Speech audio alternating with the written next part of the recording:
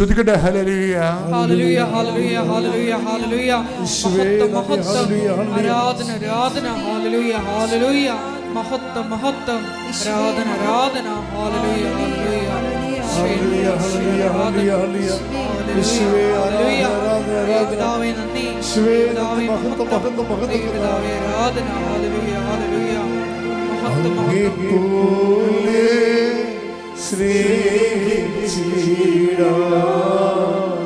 ആവതില്ല ആർക്കുമേ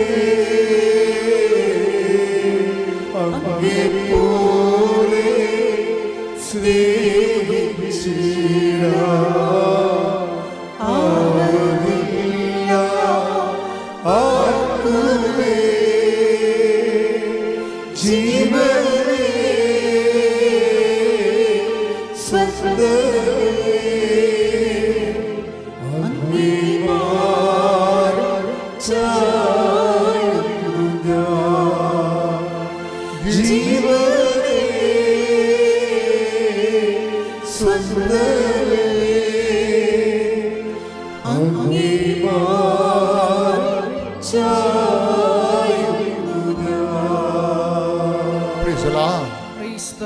രോഗസൗഖ്യ പ്രാർത്ഥനയ്ക്ക് പോവുകയാണ്. എൻ്റെ മക്കളെ, വളരെ നല്ലൊരു സമയമാണിത്. കർത്താവ് പ്രസാദിച്ച് നിൽക്കുന്ന സമയമാണ്.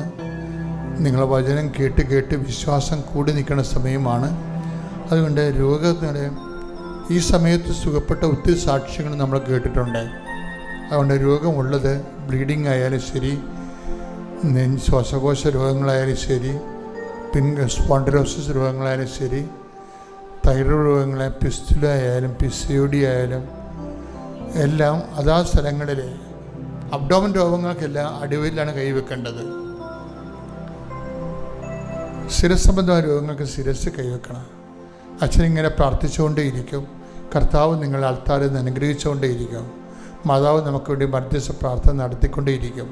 അപ്പോൾ വളരെ ഹാപ്പി ആകണം. ഒന്ന് ശ്രുതിക്കട്ടെ. Hallelujah hallelujah hallelujah hallelujah. മഹത്വം മഹത്വം ആരാധന ആരാധന. പിതാവേ മഹത്വം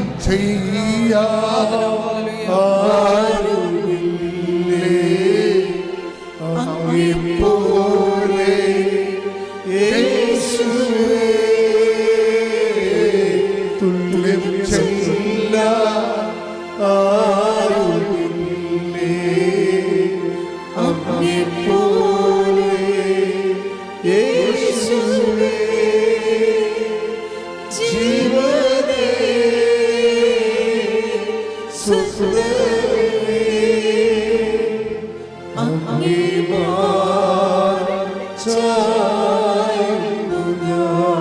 ജീവനേ ജീവനേ സ്വസ്ഥതേ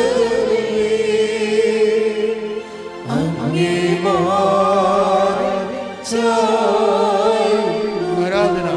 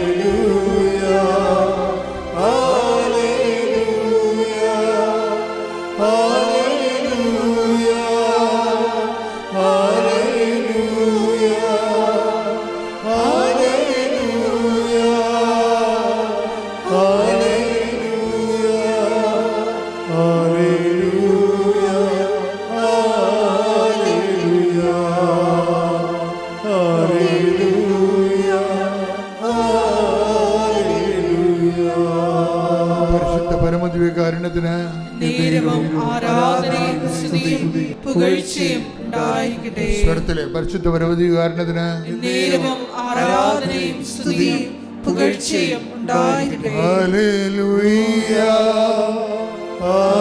ഹല്ലേലൂയ ഹല്ലേലൂയ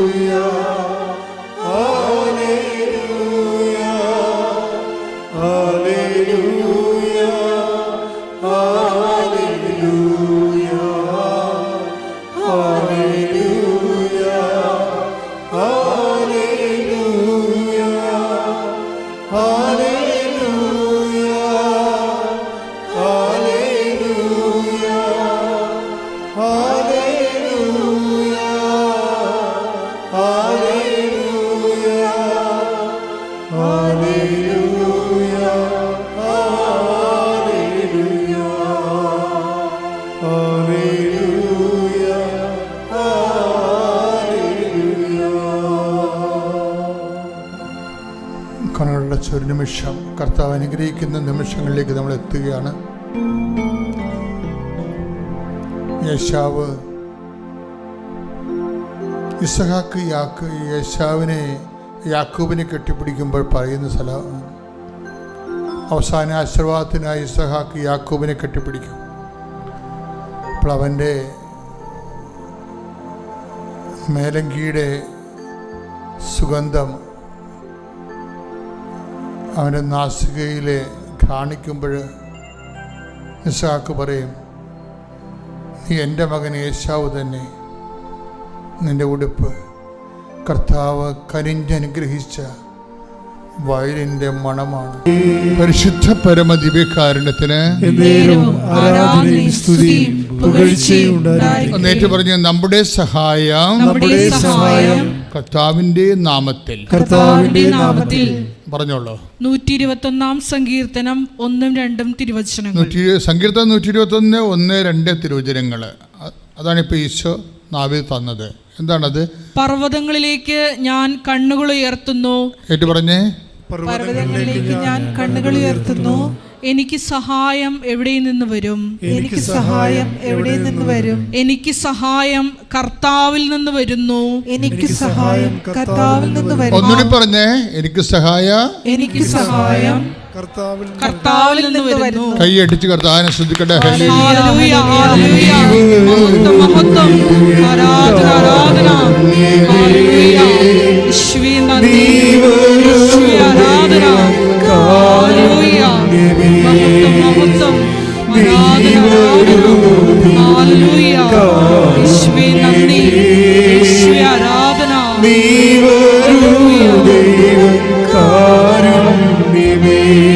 വായിച്ചോളൂ. എനിക്ക് സഹായം കർത്താവിൽ നിന്ന് വരുന്നു. എനിക്ക് സഹായം കർത്താവിൽ നിന്ന് വരുന്നു.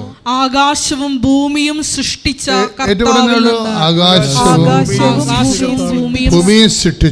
ഭൂമിയും സൃഷ്ടിച്ച കർത്താവിൽ നിന്ന്. ഇവിടെ ഒരു വിഷയം കണ്ടില്ലേ? എനിക്ക് സഹായം എവിടെ നിന്ന് വരുന്നു? എവിടുന്നാ വരുന്നത്? കർത്താവിൽ നിന്ന്. എങ്ങനെയുള്ള കർത്താവാണ്? ആകാശവും ഭൂമിയും സൃഷ്ടിച്ച കർത്താവ്.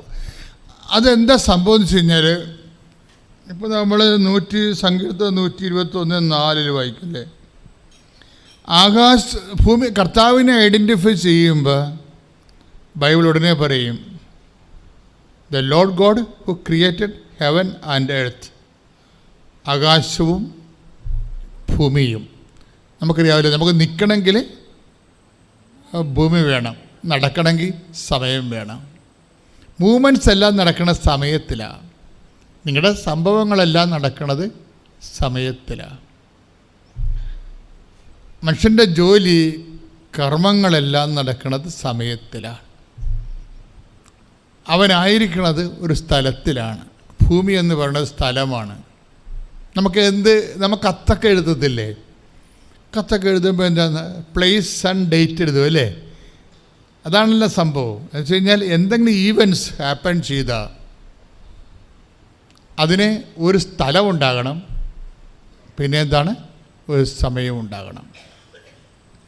നിങ്ങളുടെ ജോലി, വീട്, വിവാഹം, നിങ്ങൾക്ക് കുഞ്ഞുങ്ങൾ ജനിക്കുന്നത്, നിങ്ങളുടെ പ്രൊമോഷൻ, നിങ്ങളുടെ രോഗസൗഖ്യം എല്ലാം നടക്കുന്നത് ഈ ആകാശത്തിൻ്റെയും ഭൂമിയുടെയും തലത്തിലാണ് നടക്കുന്നത്. സമയത്തിൻ്റെയും സ്ഥലത്തിലും. ഇനി ഈ സമയവും സ്ഥലവുമാണ് പലപ്പോഴും നമ്മളെ നിയന്ത്രിക്കുകയോ നമ്മളെ അടിമപ്പെടുത്തുകയോ ചെയ്യുന്ന ഏജൻ്റ്. സ്ഥലവും സമയവുമാണ്. ഒന്നെങ്കിൽ സ്ഥലം നമ്മൾ അടിമപ്പെടുത്തും, അല്ലെങ്കിൽ സമയം നമ്മളെ അടിമപ്പെടുത്തും. ഇപ്പോൾ നിങ്ങൾ എന്തുകൊണ്ടാണ് കാനഡയിൽ പോണത്? നിങ്ങൾ എന്തുകൊണ്ടാണ് UK പോണത്? ഈ സ്ഥലം നിങ്ങൾക്ക് അനുകൂലമല്ലാതെ മാറുന്നത് കൊണ്ടാണ്. ക്ലിയർ അല്ലേ? ഈ സ്ഥലം നിങ്ങൾ താമസിക്കുന്ന ദൈവത്തിൻ്റെ സ്വന്തം നാട്, അല്ലെങ്കിൽ ഇപ്പോൾ ഡോഗ് സോൺ കൺട്രി എന്ന് പറയുന്ന പട്ടികളുടെ സ്വന്തം നാട് അല്ലേ? കുഞ്ഞുകുട്ടികളെയൊക്കെ ഓടിച്ചൊരു പട്ടി കടിക്കണില്ലേ? എന്തുമാത്രം പട്ടികളാണ്! കുഞ്ഞുകുട്ടികളെയൊക്കെ ഓടിച്ചൊരു പട്ടി കടിക്കണി, എന്നിട്ട് യാതൊരു റെസ്പോൺസും റിയാക്ഷനും ഇല്ല. അപ്പോഴേ എന്ന് വെച്ചാൽ പട്ടികൾക്ക് വേണ്ടി സംസാരിക്കുന്നവർ പോലും മറ്റ് എന്തെല്ലാം മൃഗങ്ങളൊക്കെ ഉണ്ട് ഈ ലോകത്ത് ഇല്ലേ, പക്ഷികളൊക്കെ ഇല്ല, അതുകൊണ്ട് സംസാരിക്കണില്ല എന്നും പറഞ്ഞ് ഇപ്പോൾ ഒരു കമൻറ്റ് വന്നിട്ടില്ലേ. എനിവേ, അപ്പോഴേ സ്വാഭാവിക മനുഷ്യൻ്റെ ഇൻട്രസ്റ്റുകളും താല്പര്യങ്ങളും മീഡിയ ഹൈലൈറ്റേഷൻ ഒക്കെ എല്ലാം വ്യത്യസ്തമായിട്ട കാലങ്ങളിൽ വ്യത്യസ്തമായ മനുഷ്യനേക്കാൾ ചിലപ്പോൾ പട്ടികൾക്ക് പ്രാധാന്യം കിട്ടും. അത് മനുഷ്യൻ കൈകാര്യം ചെയ്യുന്ന രീതിയാണ് മനുഷ്യനേക്കാൾ പ്രാധാന്യം. ചിലപ്പോൾ അതാണ് റേറ്റിംഗ് കിട്ടണമെന്നുണ്ടെങ്കിൽ ആൾക്കാർ പട്ടിയുടെ പുറകെ പോയിക്കൊള്ളും. എല്ലാവരും സാംസ്കാരിക നേതാക്കന്മാരും എല്ലാം പട്ടിയുടെ പുറകെ പോകും.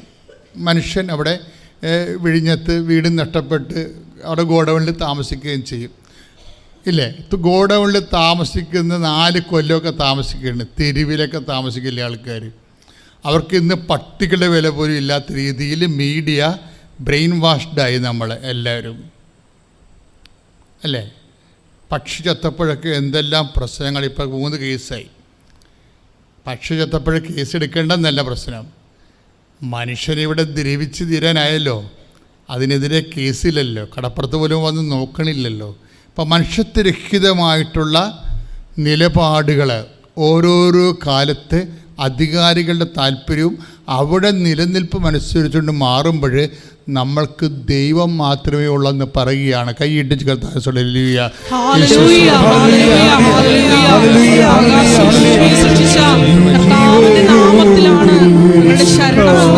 ഓരോ പ്രതിസന്ധികൾ പ്രഖ്യാപിക്കാനുള്ള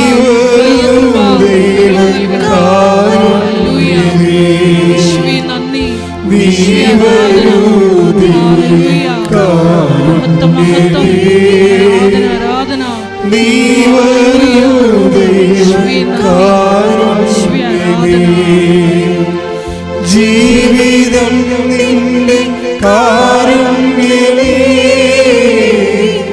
ജീവനേ നിത്യ കാരുണ്യമേ. പരിശുദ്ധ പരമദിവ്യകാരുണ്യത്തിന് ആരാധനയും സ്തുതിയും പുകഴ്ചയും ഉണ്ടായിരിക്കട്ടെ.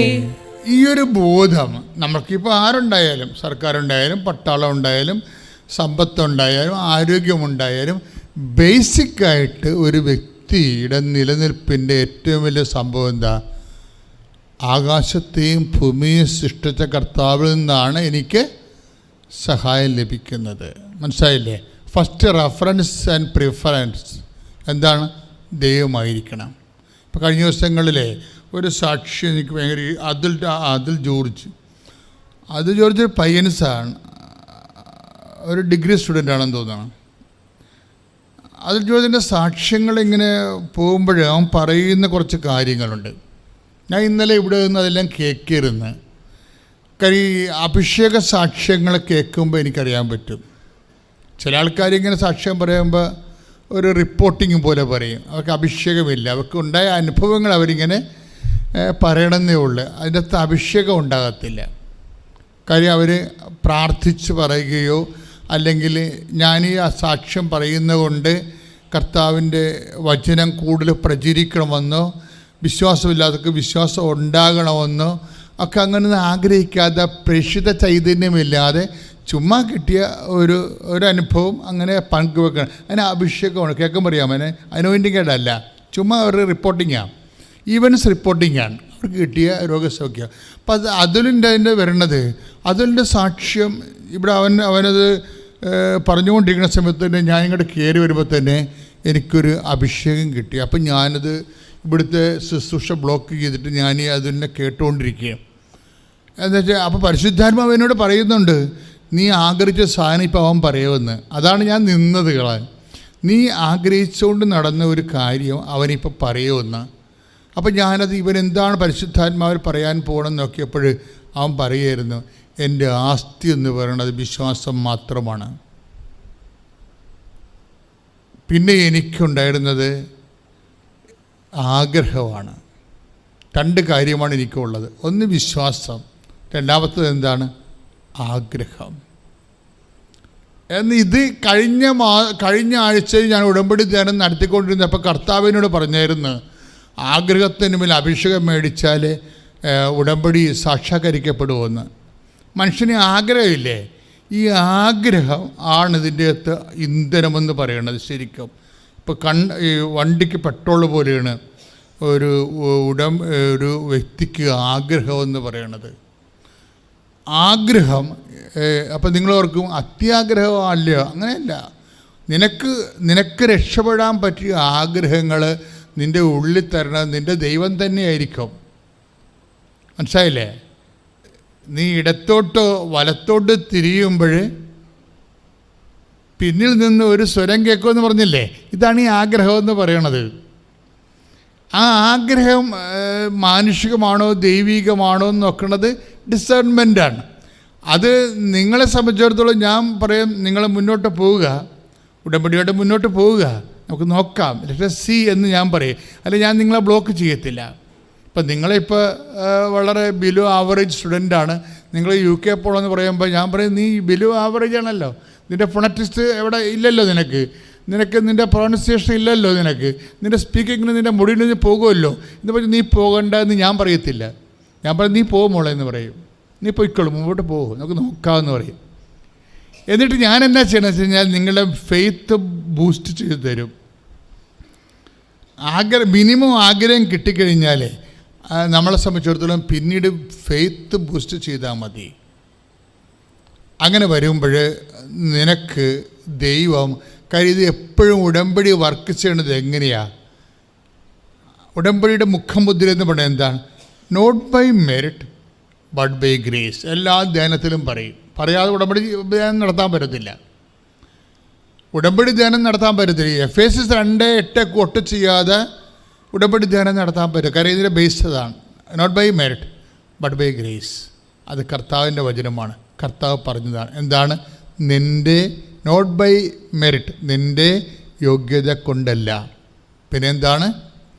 എൻ്റെ കൃപ കൊണ്ട്. അപ്പോൾ യോഗ്യത എന്ന് പറയുന്നത് ചില സമയത്ത് യോഗ്യത എങ്ങനെയാണെന്ന്, യോഗ്യത കുറയണമെന്നല്ല മക്കളെ പ്രശ്നം. എൻ്റെ മകൻ്റെ ഭാര്യ റിയ, ഇപ്പോൾ ആ കുട്ടി മാൾട്ടയിലാണ്. മകന് ജോസഫ് അച്ഛൻ്റെ അനുഗ്രഹത്തോടുകൂടി തന്നെ സൗദിയിൽ നിന്നും കുറച്ചുകൂടി നല്ല ജോലി നിനക്ക് ലഭിക്കുമെന്ന് അച്ഛൻ 2010 പറഞ്ഞിരുന്നു. ഇപ്പോൾ അവന് 1 വർഷമായിട്ട് ദൈവാനുഗ്രഹത്താൽ പരിശുദ്ധ അമ്മയുടെ കൃപയിൽ അവന് UK പോകുവാനും 1 വർഷമായിട്ട് സന്തോഷകരമായിട്ട് ജോലി ചെയ്യുവാനൊക്കെ സാധിക്കുന്നു.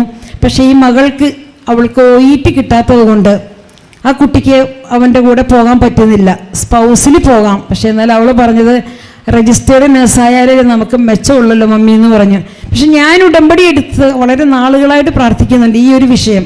പക്ഷെ ആ കുട്ടിക്ക് നമ്മുടെ ഉടമ്പടിയിൽ വലിയ വിശ്വാസം തോന്നിയില്ല. പക്ഷേ 9ാമത്തെ തവണ ഈ പറഞ്ഞ മാൾട്ടയിൽ വെച്ച് ആ കുട്ടി 9 തവണ എഴുതി. 9ാമത്തെ തവണ എഴുതിയതിപ്പോൾ 8 ലക്ഷം രൂപയോളം ചിലവായി.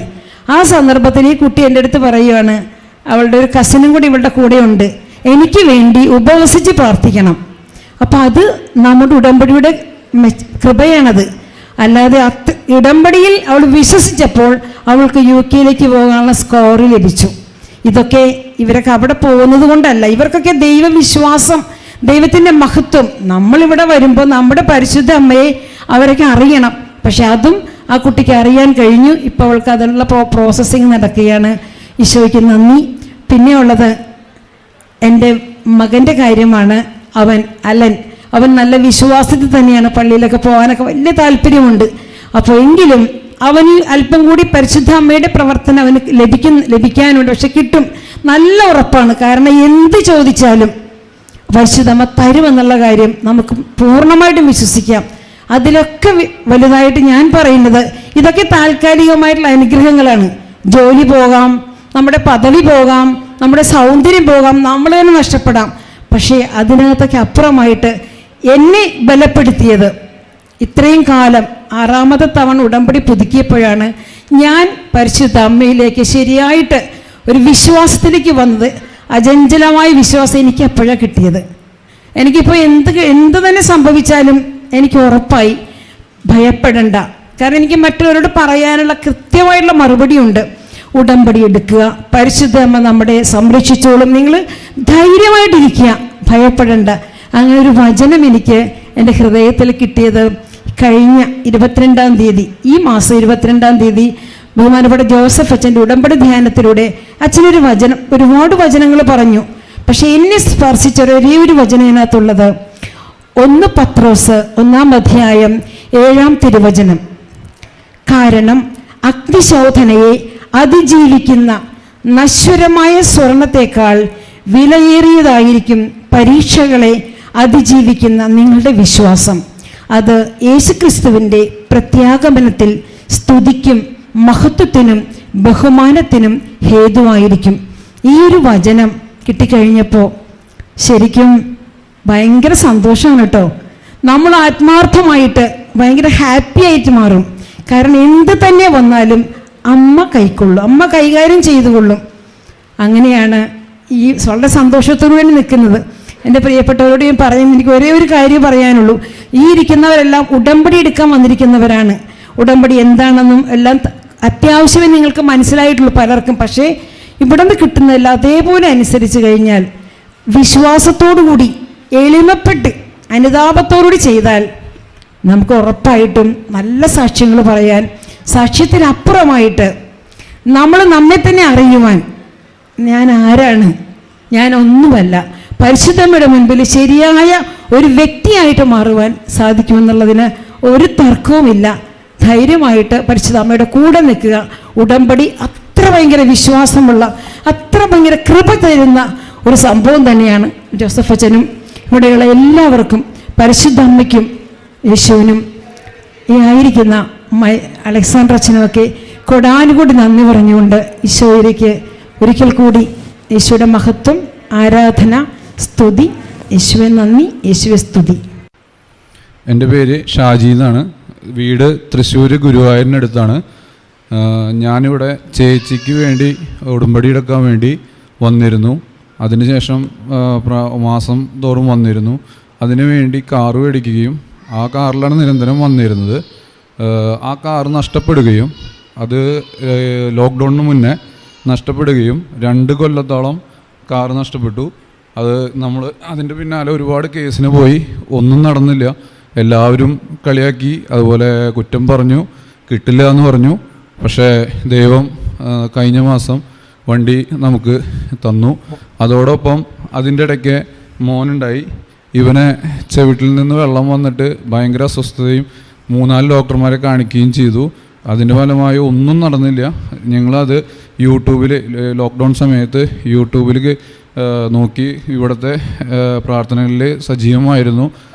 അതുപോലെ തൈലം കയ്യിൽ ഉണ്ടായിരുന്നു, തേനുണ്ടായിരുന്നു, മാതാവിൻ്റെ കുരിശുരൂപം ഉണ്ടായിരുന്നു.